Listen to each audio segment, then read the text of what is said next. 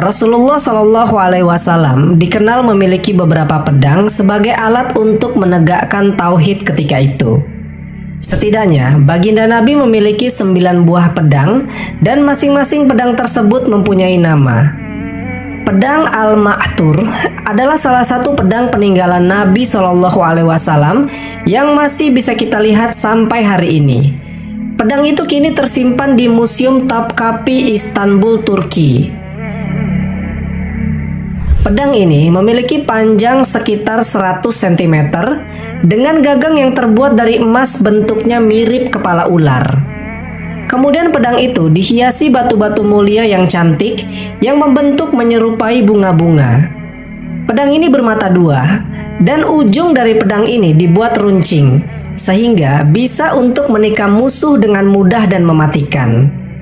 Rasulullah Shallallahu Alaihi Wasallam memiliki pedang ini sejak beliau masih muda, sebelum beliau menerima wahyu pertama di Gua Hiro. Di bagian yang dekat dengan gagangnya terdapat tulisan kaligrafi Al-Kufi yang berbunyi Abdullah bin Abdul Muthalib, yaitu nama ayahanda Rasulullah Shallallahu Alaihi Wasallam. Menurut riwayat, Rasulullah Shallallahu Alaihi Wasallam menghunuskan pedang ini ketika beliau berjalan pada hari pernikahan putrinya, yaitu Fatimah Az-Zahra, yang ketika itu dikelilingi oleh orang-orang Bani Hashim yang juga pada memegang pedang. Beberapa sumber dan sebagian ulama menyebutkan bahwasanya pedang ini adalah pedang utama bagi Rasulullah Shallallahu Alaihi Wasallam. Pedang Al-Ma'thur adalah pedang peninggalan dari ayahnya, yang ketika itu ayahnya menerima pedang ini ketika usianya 15 tahun. Rasulullah Shallallahu Alaihi Wasallam tidak pernah memberikan pedang ini kepada para sahabat lainnya untuk digunakan di medan pertempuran seperti pedang-pedang lain yang beliau miliki. Hal yang paling menarik dari pedang ini adalah apabila kekhalifahan Utsmaniyah hendak mengurus pasukan tentaranya untuk melakukan pembukaan atau mempertahankan kekuasaan Islam, khalifah yang memerintah pada saat itu akan menarik pedang ini dari sarungnya. Kemudian khalifah berdoa kepada Allah Subhanahu wa Ta'ala untuk meminta kemenangan. Peninggalan Nabi yang menggemparkan dunia berikutnya adalah Tabut Perjanjian Nabi Musa. Tabut Perjanjian Nabi Musa ini diklaim oleh para peneliti telah ditemukan di sebuah daerah yang berada di Ethiopia. Tabut Perjanjian atau yang dikenal juga dengan nama Ark of Covenant diketahui dibawa keluar dari Israel melalui Mesir oleh sekte Yahudi. Tabut ini dikisahkan dalam 3 kitab suci di 3 agama Abrahamik, yaitu Yahudi, Nasrani, dan Islam. Dalam Alkitab, ada sebuah kisah yang menceritakan bagaimana orang Israel membangun sebuah peti berlapis emas untuk menyimpan loh batu. Loh batu itu berisi 10 perintah yang berasal dari Tuhan.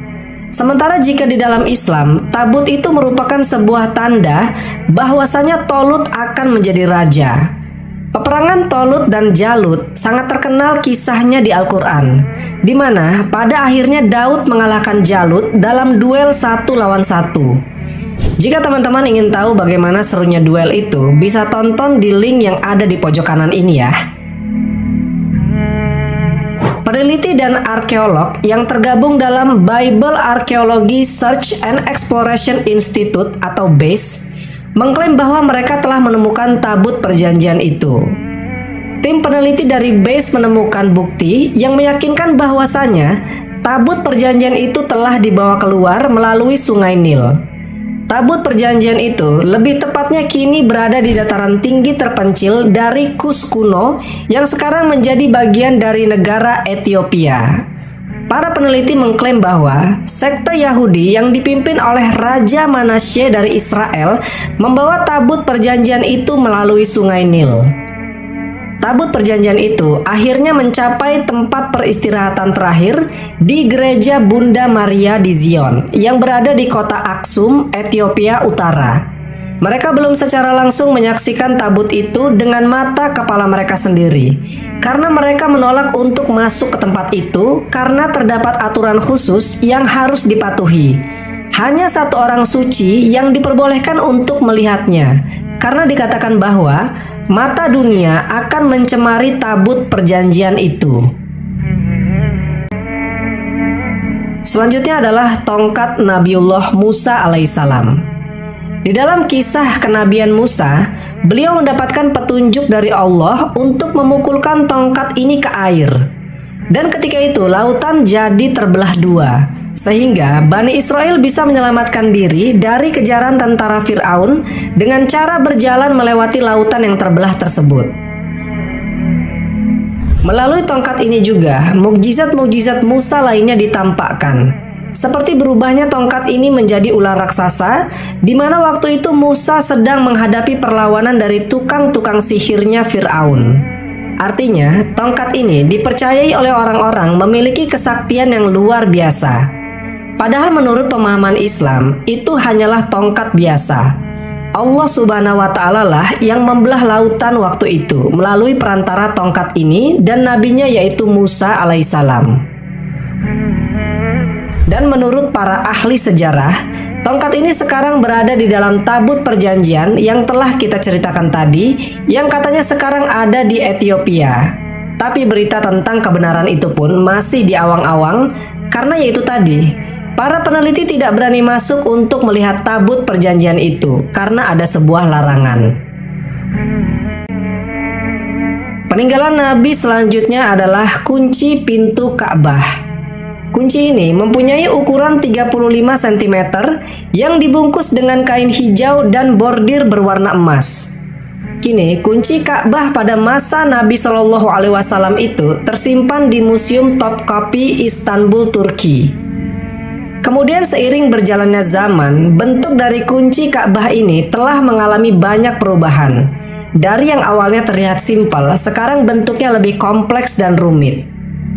Saat ini dan sampai hari kiamat nanti, pemegang kunci Ka'bah haruslah dari keturunan Saibah atau Bani Saibah.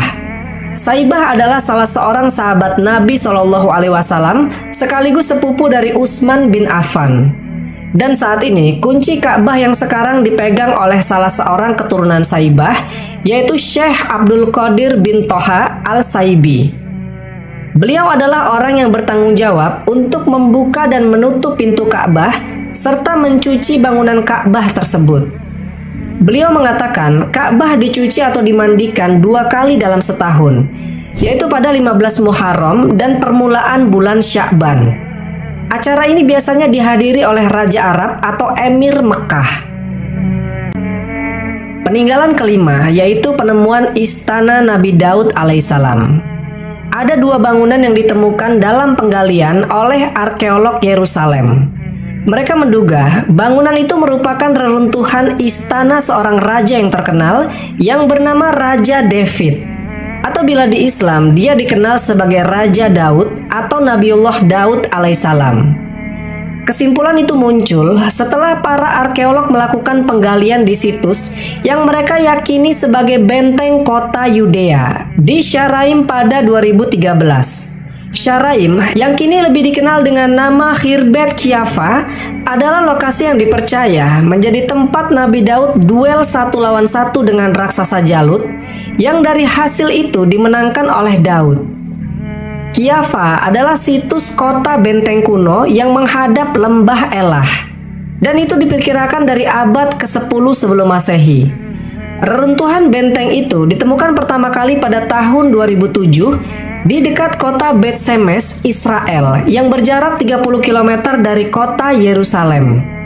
Hingga saat ini, reruntuhan itu menjadi bukti terbaik untuk membongkar benteng kota Raja Daud.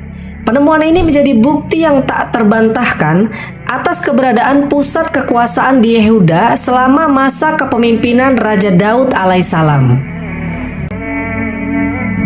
Nabi Muhammad SAW pernah melakukan sebuah peristiwa yang kita kenal sebagai Isra Mi'raj. Sebuah perjalanan luar biasa dari Mekah ke Masjidil Aqsa di Baitul Maqdis, kemudian ke Sidratul Muntaha di langit lapis ke-7. Nah, pada perjalanan tersebut diceritakan bahwasanya telapak kaki beliau meninggalkan bekas di sebuah batu. Cetakan kaki di batu tersebut lalu dipisahkan dan kemudian disimpan di tempat yang berbeda. Kedua cetakan kaki tersebut, yang pertama disimpan di museum atau istana Topkapi Turki dan satunya lagi di kompleks Masjidil Aqsa. Ramzan Kadyrov, seorang pemimpin Chechnya, mengklaim dia telah memiliki sebuah mangkuk yang pernah digunakan oleh Nabi Muhammad SAW. Mangkuk itu dia dapat dari seorang yang mengaku keturunan langsung dari Nabi Muhammad SAW di London, Inggris. Kadyrov mengatakan mangkuk itu dibawa ke London 1400 tahun yang lalu. Mangkuk itu kemudian disimpan oleh keturunan Ali di London. Dan Kadyrov pun mengatakan, kami berusaha keras untuk mendapatkan mangkuk Nabi besar itu untuk negara kami.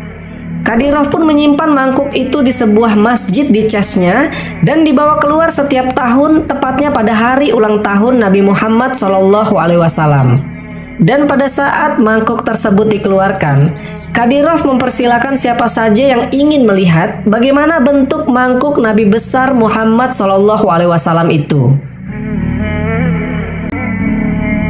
Salah satu peninggalan Nabi Muhammad SAW yang masih bisa dilihat sampai hari ini adalah baju gamis beliau.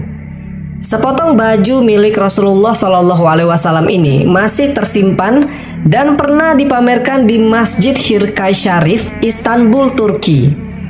Kita sering mendengar kenapa benda-benda peninggalan Nabi Muhammad SAW ada banyak disimpan di Turki. Itu karena ketika kekhalifahan Islam berkuasa di Turki, dari dulu mereka berusaha untuk mengumpulkan berbagai peninggalan baginda Nabi, termasuk dengan kekhalifahan Turki Utsmani yang ketika itu berkuasa pada abad ke-15 Masehi. Beberapa peninggalan Rasulullah SAW dibawa oleh khalifah ke Istanbul, yang mana pemerintah Utsmani kemudian menyimpannya. Setelah masa kekhalifahan Utsmani runtuh, pemerintah Turki mengambil alih, kemudian menyimpan peninggalan Rasulullah SAW tersebut ke istana Topkapi Turki. Itulah mengapa di Turki ada banyak artefak peninggalan Rasulullah SAW. Bicara tentang Nabi Nuh, yang pasti akan berkaitan dengan itu adalah adanya sebuah kapal penyelamat dan sebuah banjir besar yang membinasakan seluruh peradaban manusia. Dan menurut berbagai literatur yang disebutkan, peristiwa banjir itu terjadi sekitar tahun 4000-an sebelum Masehi. Artinya, itu terjadi 6000 tahun yang lalu. Penemuan fosil kapal Nabi Nuh itu yang berusia 6000 tahun, konon katanya telah ditemukan oleh sejumlah ilmuwan dan para peneliti.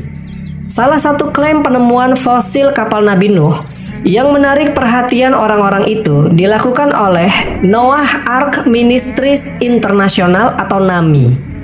Mereka mengatakan pada 25 April 2010 silam, mereka telah berhasil menemukan sisa fosil kapal Nabi Nuh yang berada di Gunung Ararat, Provinsi Agri, sebelah timur Laut Turki.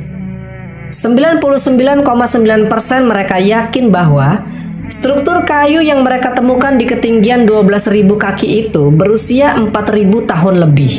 Dan mereka berasumsi bahwa itulah kapal Nabi Nuh alaihissalam. Nama Gunung Ararat sendiri sebenarnya ada di dalam Taurat dan Alkitab sebagai tempat terakhir bahtera Nabi Nuh berhenti setelah mengarungi banjir dahsyat selama 40 hari 40 malam. Jadi, dari yang tertulis di Taurat dan Alkitab itu, banyak peneliti yang tertarik untuk mencari artefak kapal Nabi Nuh di gunung tersebut. Ilmuwan dari NAMI ini sebenarnya bukanlah orang yang pertama mengklaim menemukan fosil kapal Nabi Nuh di Gunung Ararat. Sebelumnya sudah ada lusinan ilmuwan dan orang-orang yang mengklaim telah menemukan fosil kapal Nabi Nuh di berbagai tempat. Pada tahun 1988, seorang arkeolog bernama Ron Yat mengklaim telah menemukan bangkai roda kereta tempur kuno yang berada di dasar Laut Merah. Ron Yat mengatakan bahwa bangkai kereta itu adalah milik Fir'aun yang hidup sezaman dengan Nabi Musa alaihissalam. Pendapat ini diperkuat karena di sekitaran penemuan bangkai roda tersebut ditemukan pula sejumlah tulang belulang manusia dan beberapa tulang belulang kuda. Pendapat dari Ron Yat ini ternyata didukung juga oleh Stockholm University yang melakukan penelitian mendalam kepada sisa tulang belulang yang ditemukan di dasar Laut Merah itu. Para peneliti menyebutkan bahwa struktur dan kandungan tulang yang ditemukan itu telah berusia 3.500 tahun. Sementara kisah pengejaran Nabi Musa juga diperkirakan terjadi dalam kurun waktu yang sama, yaitu sekitar 3.500 tahun yang lalu. Wallahu a'lam bishawab. Jadi itulah 10 peninggalan Nabi yang menggemparkan dunia. Semoga kisah ini bermanfaat. Lebih dan kurangnya mohon dimaafkan. Yang benar datangnya dari Allah Subhanahu wa Ta'ala. Khilaf atau keliru itu datangnya dari saya pribadi sebagai manusia biasa. Sampai ketemu di kisah-kisah seru yang penuh makna selanjutnya. Saya akhiri. Wassalamualaikum warahmatullahi wabarakatuh.